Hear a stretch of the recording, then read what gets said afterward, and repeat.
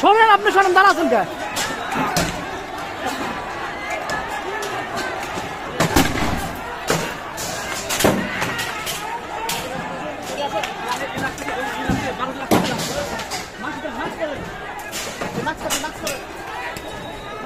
ভাই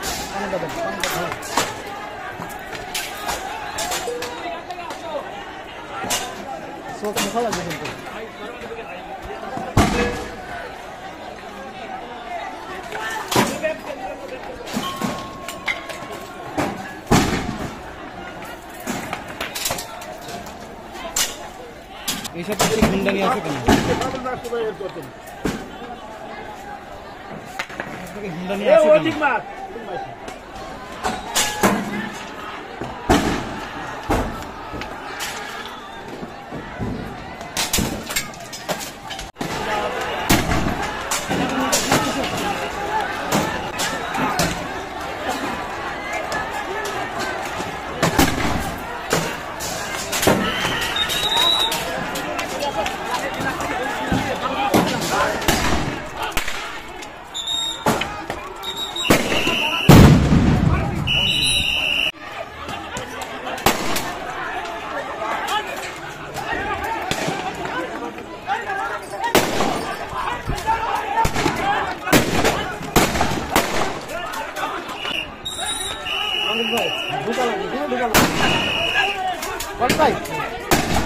লাগবে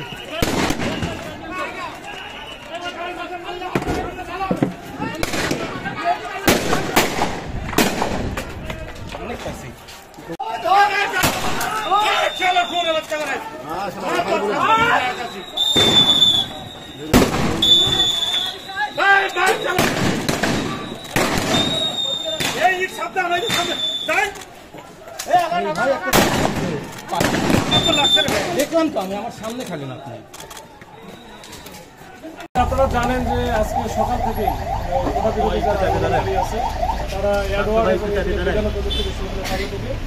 তারা আন্দোলন করছে এবং আমরা কিন্তু সকাল থেকেই যে এই 4টা অবধি আমরা কিন্তু একেবারে সুশৃঙ্খলভাবে তাদেরকে বলা যায় অত্যন্ত ধৈর্য সহকারে তাদেরকে আমরা পরেশান দিয়েছি যে তারপরে তারা করুক।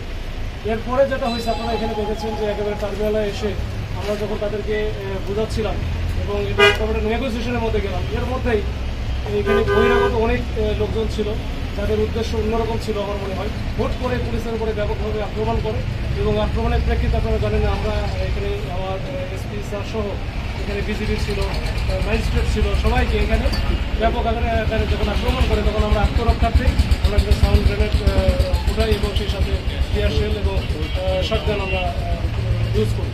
তো এইটা আসলে সম্পূর্ণরূপে আমরা আত্মরক্ষার্থে এবং আমাদের বেশ কয়েকজন পুলিশ কিন্তু এখানে আহত হয়েছে এবং ক্রিটিক্যালি তারা ইনজুর্ড।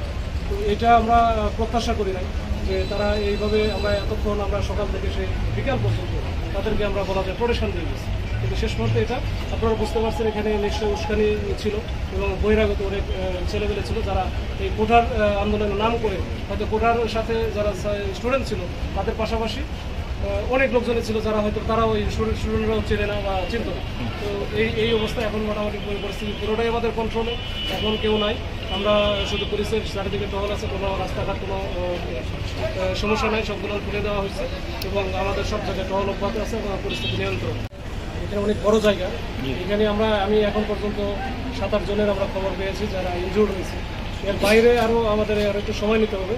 আর আমাদের কে কোথায় কত রাউন্ড গুলি করেছে বা শটগান বা টিয়ারশেল নিক্ষেপ করেছে এটা আমাদের আর একটু সময় নেই।